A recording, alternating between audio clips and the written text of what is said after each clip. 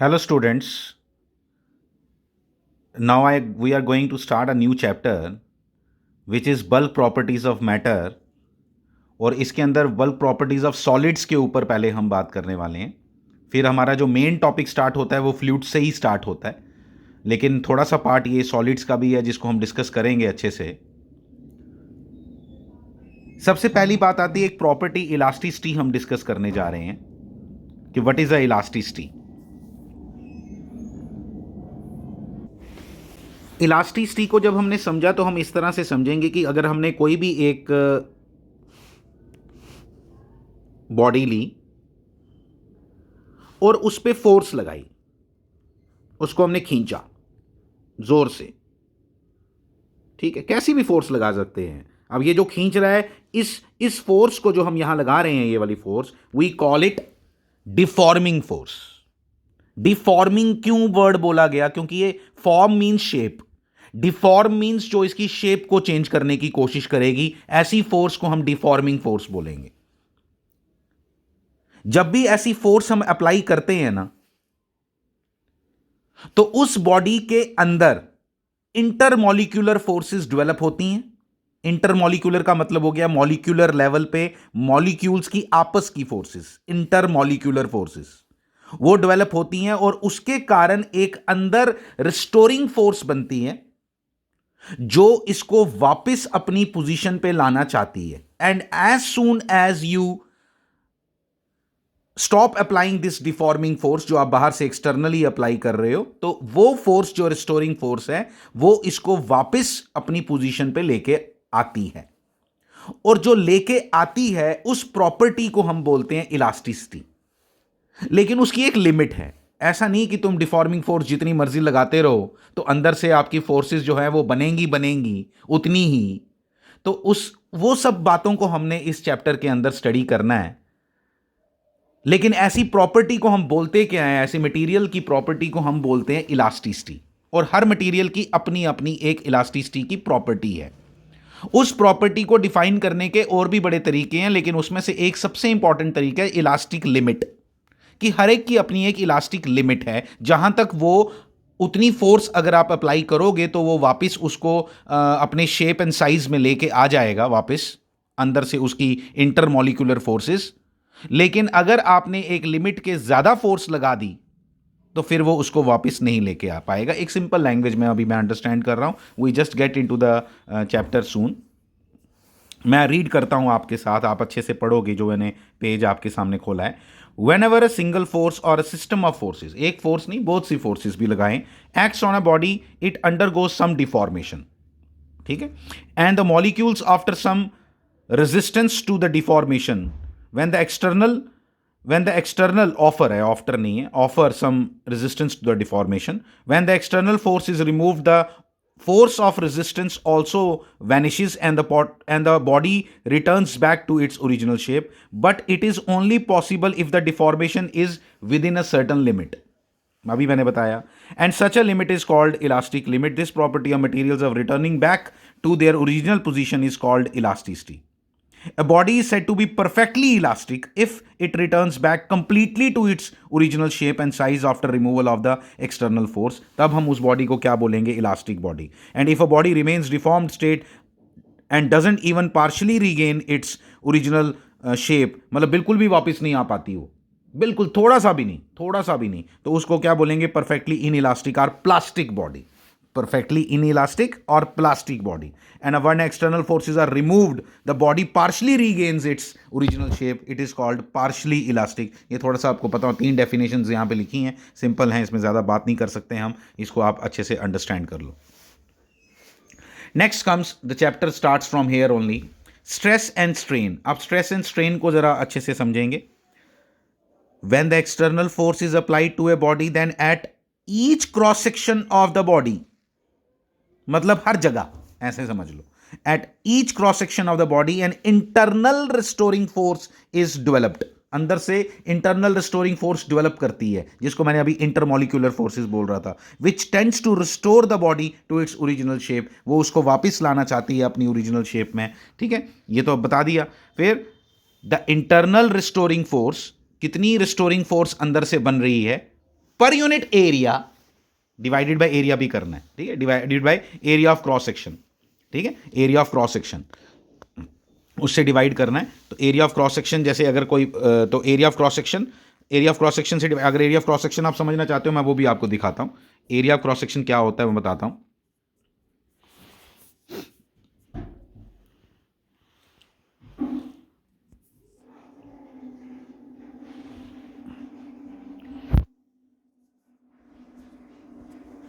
ये है area of cross section. जैसे ये जो आपको दिख रहा है, जैसे ये मेरे हाथ में जो पेन है ना, अगर कोई बोले इस पेन का एरिया ऑफ क्रॉस सेक्शन कितना है, एरिया पूछेगा तो एरिया तो हो गया पूरा सरफेस एरिया।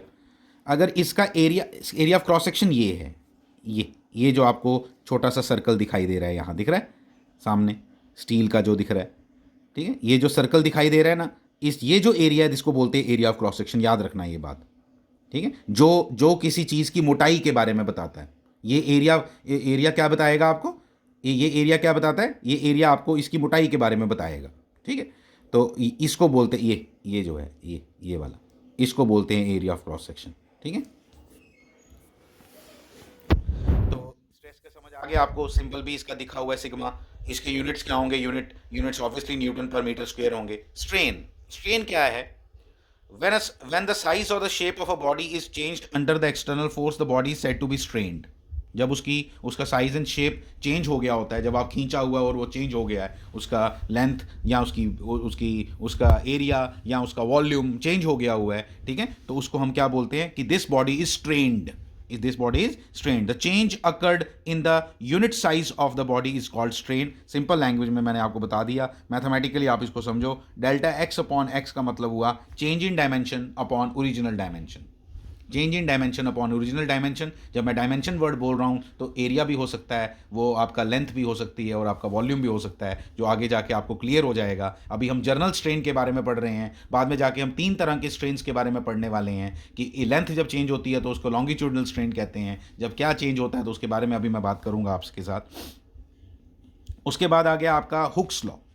हुक्स लॉ कहता है according to the Hooke's law, for small deformation, छोटी डिफॉर्मेशन के लिए, बड़ी ज़्यादा डिफॉर्मेशन नहीं की आपने, the stress in a body, जो स्ट्रेस अंदर डेवलप होता है, is directly proportional to the strain. जितना ज्यादा स्ट्रेन होगा उतना ज्यादा स्ट्रेस प्रोड्यूस होगा। स्ट्रेस का मतलब होता है restoring force per unit area. तो restoring force per unit area जो डेवलप होती है एक बॉडी के अंदर, वो हमेशा डायरेक्टली प्रोपोर्शनल होती है, जितना उसकी डायमेंशंस चेंज हुए हैं उसके डायरेक्टली प्रोपोर्शनल होती है। इसलिए हमने क्या लिख दिया, stress is directly proportional to strain, और stress is equal to, important है ये E, this is very important, E हो गया प्रोपोर्शनलिटी कांस्टेंट हियर, ठीक है, जैसे हम के लिखते थे यहाँ ई लिख दिया है। तो stress is equal to E into strain, और stress upon E is equal to क्या हो गया, स्ट्रेस अपॉन स्ट्रेन, और ये जो कांस्टेंट है इसको क्या बोलते हैं, modulus of elasticity. If you remember जब हम यूनिट्स एंड डायमेंशंस पढ़ रहे थे तो ये सब चीज़ें आ रही थी, जिसको उस समय हमने रट्टा मारा था।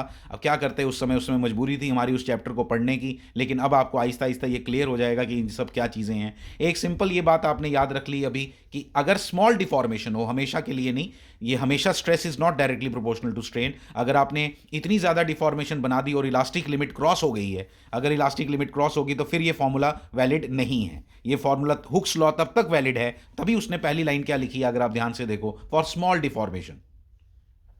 तो for small deformation stress is directly proportional to strain. अभी हम यही समझते हैं इसको। इसके अंदर 3 क्वांटिटीज आपको क्लियरली दिखाई दे रही हैं, एक आपका स्ट्रेस, एक आपका स्ट्रेन, और एक नई चीज ऐड हो गई, मॉडुलस ऑफ इलास्टिसिटी। और इसीलिए डिपेंडिंग अपॉन कि तुम्हारी डिफॉर्मिंग फोर्स क्या कर रही है, तुम्हारी डिफॉर्मिंग फोर्स उसकी शेप चेंज कर रही है, उसका एरिया चेंज कर रही है, उसका वॉल्यूम चेंज कर रही है, उसके डिपेंड करते हुए तीन तरह के स्ट्रेस, 3 तरह के स्ट्रेन और 3 तरह के मॉडुलस ऑफ इलास्टिसिटी हम आगे पढ़ने वाले हैं।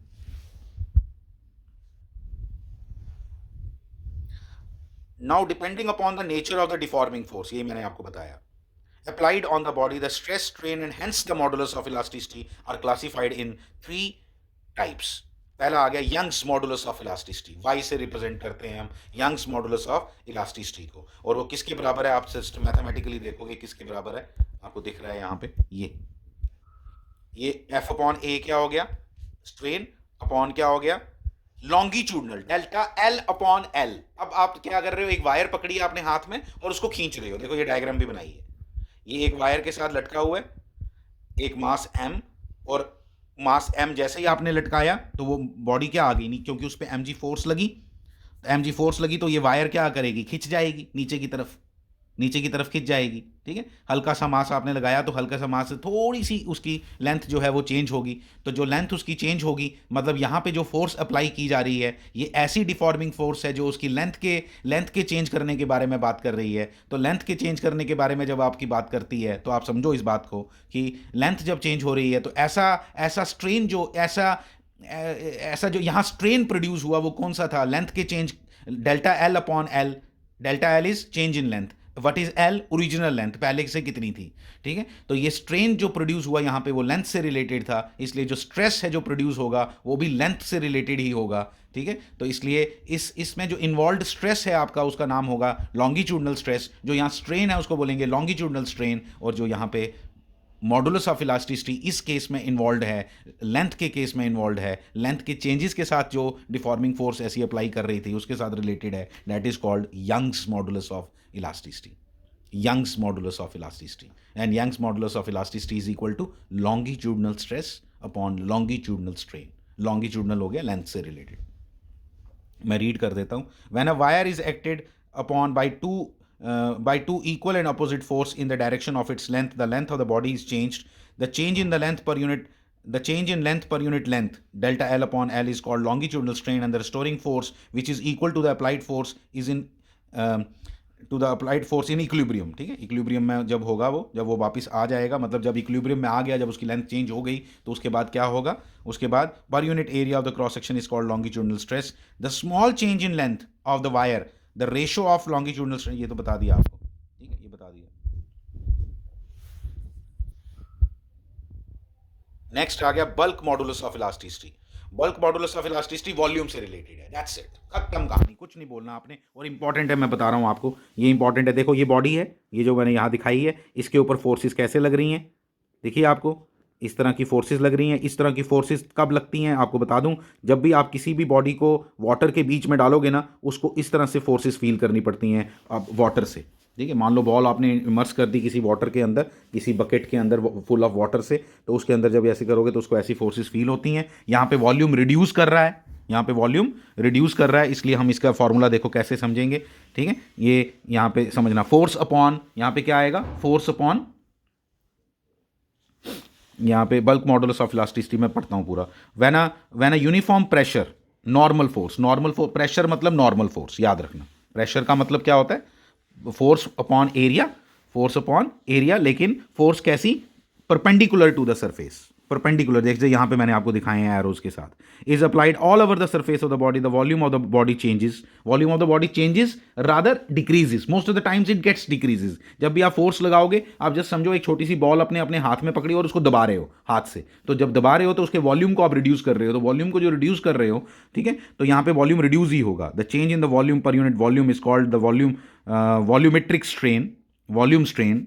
द नॉर्मल फोर्स एक्टिंग पर unit area of the surface, इसको क्या बोलेंगे, प्रेशर बोलते हैं हम, इसको क्या बोलते हैं, प्रेशर भी बोलते हैं, या आप इसको नॉर्मल स्ट्रेस भी बोल सकते हो, या वॉल्यूम स्ट्रेस भी बोल सकते हो। ठीक है, अभी इस चैप्टर के लिए वॉल्यूम स्ट्रेस याद रख लो तो आपके लिए इजी रहेगा। तो फॉर स्मॉल स्ट्रेन, छोटी स्ट्रेन के लिए, the ratio of this is always constant and which is called bulk modulus of elasticity of the material, which is equal to, क्या लिखा आपने, पी क्यों लिखा है, पी क्या है, फोर्स अपॉन एरिया है, जस्ट रिमेंबर। ठीक है, this is force upon area, we have written here P. और याद रखना है आपने, ये जो बल्क मॉडुलस ऑफ इलास्टिसिटी होता है, इसका रेसिप्रोकल होता है क्या, इसका रेसिप्रोकल होता है compressibility. Negative sign implies that when pressure increases the volume decreases. ठीक है, इसलिए हमने यहां पे नेगेटिव साइन लिखी है।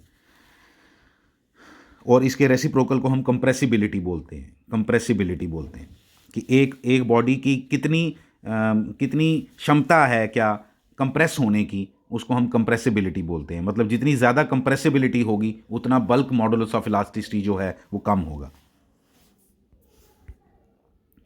Modulus of rigidity, this is also very very important. Modulus of rigidity समझना जरा, इसको समझने के लिए ना मैं हमेशा एक एग्जांपल देता हूँ। जैसे आपके घरों में ना बड़ी बड़ी डिक्शनरीज पड़ी होंगी या कोई बड़ी बुक पड़ी होगी, फादर की, किसी बड़े ब्रदर की, जैसे कोई MBBS कर रहा हो तो मोटी मोटी किताबें होती हैं जो, तो मोटी मोटी किताबें अगर कभी बड़ी पुरानी हो जाए ना और उनको जरा टेबल पे रखो तो वो खुद ब खुद उसका आगे वाला सरफेस जो है वो आगे की तरफ चला जाता है, ठीक है ना। आगे वाला सरफेस जो है वो आगे, जो ऊपर वाला सरफेस है वो आगे की तरफ चला जाता है और नीचे वाला जो है वो उधर ही रहता है, ठीक है। तो एक एंगल क्रिएट हो जाता है, ऐसे तो वो दोनों 90 डिग्री पे होते हैं लेकिन एक एंगल क्रिएट हो जाता है। Let me show you. देखो यहाँ पे मैंने एक बुक रखी है, ठीक है। इस बुक को देखो जरा, इस बुक पे ना मैं अब शेयरिंग स्ट्रेन लगाने वाला हूँ, ठीक है, जो तीसरे टाइप का है। तीसरे टाइप का जो स्ट्रेन है इसके अंदर मैं एक ऐसी डिफॉर्मिंग फोर्स लगाऊंगा जो इसमें शेयरिंग स्ट्रेन प्रोड्यूस करेगी। पहले वाले ने क्या, कौन सा स्ट्रेन प्रोड्यूस किया, जो फर्स्ट फोर्स हमने पढ़ी लॉन्गिट्यूडनल स्ट्रेन प्रोड्यूस किया जिसने लेंथ को चेंज किया। सेकंड जो मैंने पढ़ा उसमें क्या चेंज किया, उसमें वॉल्यूम को चेंज किया। यहाँ पे थर्ड में जो पढ़ रहा हूँ इसको शेयरिंग स्ट्रेन बोलते हैं। शेयरिंग स्ट्रेन का मतलब ज़रा समझना, ये देखो, इसको मैंने ये पहले इस एज को देखो ज़रा, इस एज को, ठीक है। ये एक नीचे का सरफेस है, ये वाला, ये एक नीचे का सरफेस है, एक ये ऊपर का सरफेस है, यू कैन सी दैट, ठीक है। एक नीचे का सरफेस है, एक ऊपर का सरफेस है। इसमें अब मैं इसमें ये वाला स्ट्रेन प्रोड्यूस कर रहा हूं, ये ऐसा, यू कैन सी दैट, ऐसा स्ट्रेन प्रोड्यूस कर रहा हूं। ये देखो एक एंगल बन गया किसके बीच में, लोअर सरफेस के बीच में और अपर सरफेस के बीच में। बिल्कुल पहले ऐसे था, अब ये इस तरह का कर दिया, थोड़ा कम हो रहा है यहाँ, मैंने तभी बोला था बड़ी बुक्स में ज़्यादा होता है, यू शुड फील दिस, ठीक है। तो ये ऐसा हो गया और इसकी वजह से अब यहाँ पे वही डायग्राम शो की है। ये आपका नीचे वाला सरफेस है, ये 2D में उसी चीज़ को शो किया है और आगे वाला सरफेस थोड़ा एंगल क्या बना लिया उसने, थीटा बना लिया, ठीक है। एंगल क्या बना लिया, थीटा बना लिया। तो जो आपका पहले एज जो था वो कहाँ था, के पे, वो अब कहाँ पहुँच गया, के डैश पे। एल जो था वो कहाँ पहुँच गया, एल डैश पे। और नीचे वाला जो सरफेस है एन एम जो दिखा रहा है वो एन एम एक्चुअली रेक्टेंगल है लेकिन 2D में अब एक लाइन दिखाई दे रही है आपको, ठीक है। जो तो इसीलिए वो जब आगे की तरफ गया तो वो हमने डॉटेड में शो किया और यहाँ एक एंगल बना।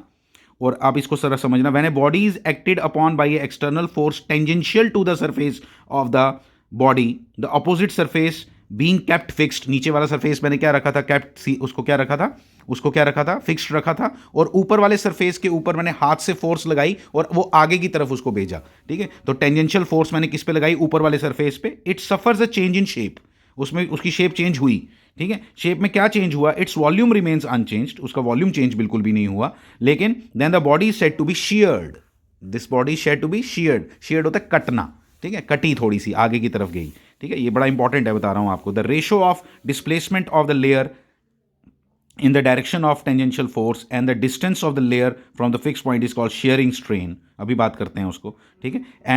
and the tangential force acting on acting per unit area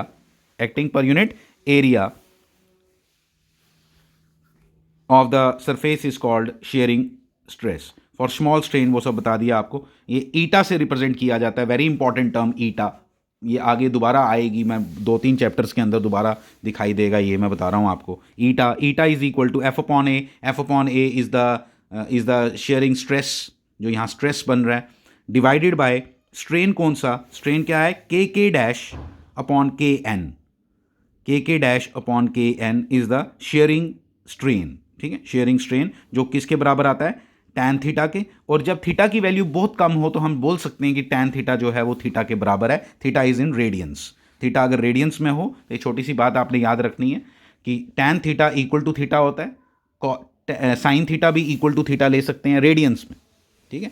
radiance में हम ले सकते हैं कितना, किसके बराबर, थीटा के बराबर। तो इसलिए हमने tan theta equal to theta ले लिया। तो शेयरिंग स्ट्रेन की वैल्यू क्या, स्ट्रेस की, सॉरी, मॉडुलस ऑफ रिजिडिटी। यहाँ पे मॉडुलस ऑफ क्या है, पहला वाला क्या था, Young's modulus of elasticity. Second वाला क्या पढ़ा, बल्क मॉडुलस, ठीक है। बल्क से तो नाम ही पता चल जाता है, बल्क का मतलब वॉल्यूम, ठीक है। और थर्ड वाला हमने क्या पढ़ा, थर्ड वाला हम पढ़ रहे हैं क्या, थर्ड वाला है शेयरिंग स्ट्रेन और modulus of rigidity. The very important part is modulus of rigidity is equal to stress upon strain. But which strain कहां प्रोड्यूस हुआ, वो जो एंगल क्रिएट हुआ लोअर सरफेस और अपर सरफेस के बीच में, वो एंगल के बराबर आ गया। दैट्स इट, आपने इतना इसको पढ़ना है, दिस इज इंपॉर्टेंट। ये तीनों चीजें 9 चीजें डिस्कस हो गई, जैसा स्ट्रेस वैसा स्ट्रेन जिस तरह का स्ट्रेस उसी तरह का स्ट्रेन, और जिस तरह का स्ट्रेस और स्ट्रेन उसके अकॉर्डिंग, उनकी रेशो के according modulus of Young's modulus of elasticity, bulk modulus of elasticity and modulus of rigidity.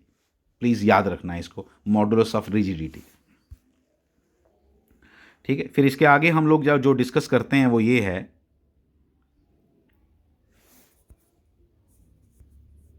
जो इसके आगे हम डिस्कस करने वाले हैं, that is stress strain curve. इतना इंपॉर्टेंट नहीं है लेकिन तब भी आपको बता देता हूं इसमें क्या है, कि यहाँ पे बता रहा है किसका किसके किसके बीच में ग्राफ बनाया है, ये स्ट्रेस और स्ट्रेन के बीच में ग्राफ बनाया है। हम स्ट्रेन प्रोड्यूस कर रहे हैं डिफॉर्मिंग फोर्स लगा के, और अल्टीमेटली क्या क्या चेंजेस हमें देखने को मिलती हैं हमने देखना है। एक चीज़ है प्रोपोर्शनल लिमिट। हमने क्या देखा कि जैसे एक मान लो आपने कैसे इमेजिन करना है कि आपने एक वायर ली और उस वायर को आप खींच रहे हो। ठीक है, उस वायर को आप खींच रहे हो, तो उस वायर को जब आपने खींचा तो एक लिमिट है, वो कौन सी लिमिट है, जिसको कहते हैं प्रोपोर्शनल लिमिट, जहां मैंने पी लिखा हुआ है, उस लिमिट तक स्ट्रेस और स्ट्रेन जो हैं वो डायरेक्टली प्रोपोर्शनल होते हैं। मतलब जैसे जैसे आप स्ट्रेन बढ़ाते जाते हो स्ट्रेस भी बढ़ता जाता है, जैसे जैसे आप स्ट्रेन बढ़ाते जाते हो आपका स्ट्रेस भी बढ़ता जाता है। ये आपने इधर ये बात अंडरस्टैंड की।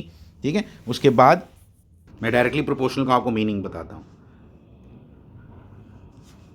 स्ट्रेन, स्ट्रेस,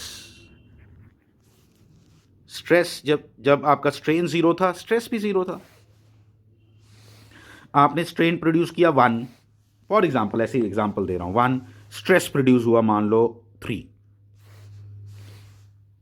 कैलकुलेशन करके, मैं यूनिट्स नहीं लिख रहा हूं, 2 6 3 9 4 4 11। अब देखो यहां हमें समझ आया भाई, प्रोपोर्शनल तो यहां तक ही आया सिर्फ, तो इसलिए प्रोपोर्शनल लिमिट क्या आ गई 9। वही है ये जो लिखा हुआ है sigma P, this is the proportional limit भाई। यहां तक वो स्ट्रेस, यहां तक वो स्ट्रेस प्रोड्यूस कर सकता था जिसको वो वापस लेके आएगा अपने उधर। ठीक है, मतलब प्रोपोर्शनली चल रहा था जो सिस्टम, कहां तक, सिग्मा पी तक। उसके आगे 4 पे 11 पे ये प्रोपोर्शनल नहीं है। कैसे पता चला, गैप सेम नहीं ना, देखो इसी को प्रोपोर्शनल बोलते हैं, कि ये जब इक्वल चेंजेस पे यहां पे भी इक्वल चेंजेस बने। कई लोग सोचते हैं 1 है तो इधर भी 1 चाहिए, 1 नहीं चाहिए, इक्वल चेंजेस पे इक्वल चेंज वहां चाहिए थे आपको। तो ऐसे इस चीज को क्या बोलते हैं, डायरेक्टली प्रोपोर्शनल। आप बहुत से लोगों को पूछोगे डायरेक्टली प्रोपोर्शनल क्या होता है, वो बोलते हैं एक चीज बढ़ेगी तो दूसरी भी बढ़े। नो यार, फिर तो 4 और 11 भी तो प्रोपोर्शनल था, 4 और 11 प्रोपोर्शनल नहीं है, क्योंकि आप यहां पे 1 बढ़े यहां पे 2 ही बढ़ा, जबकि ऊपर से क्या बढ़ता आ रहा था, 3 3। तो इक्वल इक्वल इक्वल इक्वल बढ़ना चाहिए, तब जाके प्रोपोर्शनल होता है, तभी जाके लीनियर होता है। ये सब वर्ड एक ही हैं, प्रोपोर्शनल, लीनियर। लीनियर हो गया, यहां तक देखो कर्व कैसा है, बिल्कुल स्ट्रेट लाइन। ठीक है, फिर क्या हुआ, फिर ये थोड़ा सा चेंज हुआ, जो मेरे को यहां दिखाई दे रहा है। जितना मैं एक्सपेक्ट कर रहा था उससे थोड़ी कम वैल्यू आई। मैं तो एक्सपेक्ट कर रहा था कि 12 लिखेंगे हम, लेकिन 12 ही लिखा, क्या लिखा, 11 लिखा। मतलब क्या हुआ, यहां प्रोपोर्शनल नहीं है, हमने स्ट्रेंथ ज्यादा प्रोड्यूस किया, स्ट्रेस उतना प्रोड्यूस नहीं हुआ। अब इसको बोलते हैं, अब यहां पे आ गई इलास्टिक लिमिट। इलास्टिक लिमिट और प्रोपोर्शनल लिमिट में यही डिफरेंस है। इलास्टिक लिमिट का मतलब कह रहा है कि अब तुम फोर्स लगाना बंद कर दो, डिफॉर्मिंग फोर्स अपनी बंद कर दो, मैं ओरिजिनल शेप में वापस लेके जाऊंगा। इलास्टिक लिमिट का मतलब यह है कि इलास्टिसिटी की प्रॉपर्टी अभी इंटैक्ट है, और उसके आगे फिर और भी बातें हैं। फिर उसके आगे क्या, उसके आगे जब आप लगाओगे तो इलास्टिक लिमिट छूट जाएगी, इलास्टिक लिमिट छूट जाएगी, स्ट्रेस बनना बंद हो जाएगा अंदर से। ठीक है, और अल्टीमेटली स्ट्रेन ही स्ट्रेन है, कोई स्ट्रेस नहीं है, मतलब कि वापस अपनी ओरिजिनल पोजीशन पे जा नहीं पाएगा। बस इतनी बात आपको बतानी थी, इसको रीड कर लेना आप, वो बहुत ज़्यादा इंपॉर्टेंट नहीं है लेकिन रीड करो, इंटरेस्टिंग है। नेक्स्ट आ गया आपका potential energy stored in a stressed wire. ठीक है, इतना इंपॉर्टेंट नहीं है लेकिन चलो थोड़ा सा बता देता हूं आपको कि एक स्ट्रेच्ड, जैसे यार देखो जो आप वायर स्ट्रेच कर रहे हो, क्या बिल्कुल वैसा नहीं है जैसा हमने स्प्रिंग की पोटेंशियल एनर्जी पढ़ी थी। स्प्रिंग जैसे ही तो एक्शन हो रहा है यहाँ पे भी, वहाँ पे भी रिस्टोरिंग फोर्स बनती है, यहाँ पे भी रिस्टोरिंग फोर्स बन रही है, इसलिए यहाँ पे भी पोटेंशियल एनर्जी का कॉन्सेप्ट आ गया। और मैं रीड करता हूँ और आपको बताता हूँ। When a wire is stretched the work is done against the interatomic forces. This work is stored in the wire. यहाँ पे वर्क डन हमने जो किया, मैंने बताया ना आपको, जब हम ग्राउंड से किसी चीज़ को उठा के ऊपर तक लाते हैं तो जो काम करना पड़ता है that get stored in the form of potential energy. ये आपको मैंने पहले भी बताया था, और यहाँ पे भी वही बोल रहा है कि जब तुम वर्क डन कर रहे हो, एक वर्क डन कर रहे हो और वर्क डन करके तुमने वायर को खींच लिया, तो this work done will be gate stored in the in the form of a potential energy, ठीक है। This work is stored in the wire in the form of the potential energy. Suppose applied force F on a wire of length L, हमने force कितनी लगाई, F लगाई, एक wire थी जिसकी length कितनी थी, L. The increase in the length, उसकी लेंथ बढ़ गई, कितनी हो गई, delta L. The area of cross section of the wire is capital A. The potential energy stored in the wire will be, किसके बराबर होगी, वही फॉर्मूला डायरेक्ट लगा दिया यहाँ पे जो मैंने आपको बताया, क्या कि वो अगर आप स्प्रिंग का याद करो तो हाफ के एक्स स्क्वेयर होता था, और एक्स क्या होता था कि अपनी नेचुरल लेंथ से वो कितना आगे गया, तो यहाँ पे नेचुरल लेंथ से कितनी चेंज हुई है, डेल्टा एल, तो एक्स की जगह डेल्टा एल आ गया, और यहाँ से हमने ये लिख दिया, कोई मुश्किल नहीं है। के इज इक्वल टू क्या होता है, के इज इक्वल टू क्या होता है, Y A upon L. Y क्या है, Young's modulus of elasticity, Young's modulus of elasticity, और इनटू ए अपॉन एल, ये के की वैल्यू होती है, याद रख लो, ये याद रख लो, याद रखने वाली चीज़ है, के की वैल्यू इसके बराबर होगी, ठीक है। यू इक्वल टू, डायरेक्ट आपने याद करना, मैंने बोला आपको इंपॉर्टेंट नहीं है, बोर्ड में नहीं आएगा ये, ठीक है, लेकिन आप जस्ट इसका आइडिया ले लो, थोड़ा सा पढ़ने में कोई हर्ज नहीं है, ठीक है। यू इक्वल टू क्या बन गया, वो आपने लिख दिया। Elastic potential energy per unit volume निकाल रहा है, ये पहले आपने डायरेक्ट निकाल लिया, फिर आप पर यूनिट वॉल्यूम निकाल रहे हैं, तो वॉल्यूम से डिवाइड कर दिया। वॉल्यूम किसके बराबर होता है, अभी मैंने बताया ना आपको, क्रॉस सेक्शन एरिया मैंने दिखाया था, मैंने अपना पेन आपको दिखाया था अभी फोटो इस जब मैंने कैमरा ऑन किया था, तो आपको क्रॉस सेक्शन एरिया, उस क्रॉस सेक्शन एरिया को लेंथ से मल्टीप्लाई कर दो, आपको पेन का वॉल्यूम मिल जाएगा, याद रखना है। Cross section area multiplied by length is, cross section area length multiply करो किससे, लेंथ से, तो क्या मिल जाता है आपको, वॉल्यूम। तो ए एल क्या हो गया आपका वॉल्यूम, तो वहाँ से हमने ए एल करके वो सब कैलकुलेशन करी, और कैलकुलेशन करने के बाद कोई मुश्किल नहीं है, L delta L upon L एक साथ रखा, यहाँ पे भी एक साथ रखा हुआ है, वाई आ गया, और यहाँ से आपका फॉर्मूला बन गया half strain into Y into strain. और वाई इंटू स्ट्रेन क्या होता है, स्ट्रेस। कैसे भाई, Y is equal to stress upon strain होता है नहीं, तो वाई इंटू स्ट्रेन किसके बराबर हुआ, स्ट्रेस के। यहाँ से y into stress into strain, y into strain is equal to क्या हो गया, स्ट्रेस, इसलिए फॉर्मूला क्या बन गया, potential energy per unit volume का हाफ स्ट्रेस इंटू स्ट्रेन। कर लेना, ये ऐसे कोई ज़्यादा खास इंपॉर्टेंट नहीं है, ठीक है, तो इसको कर लेना आप। आपको जो इसमें करना है, 1-2 नंबर के लिए क्वेश्चन पूछते हैं जो आपको याद कर लेना है। एक आ गया आपका, मैं बताता हूँ आपको, एक आपका स्ट्रेस स्ट्रेन, ये लॉन्गिट्यूडनल यंग्स मॉडुलस क्या होता है, ये सब क्या होता है, थोड़ा सा आइडिया आपने लेना है, नथिंग इज़ देयर, इसमें कोई इतना खास मुश्किल कुछ भी नहीं है जो आपको डिफ़िकल्टी आएगी अंडरस्टैंडिंग में। Thank you very much.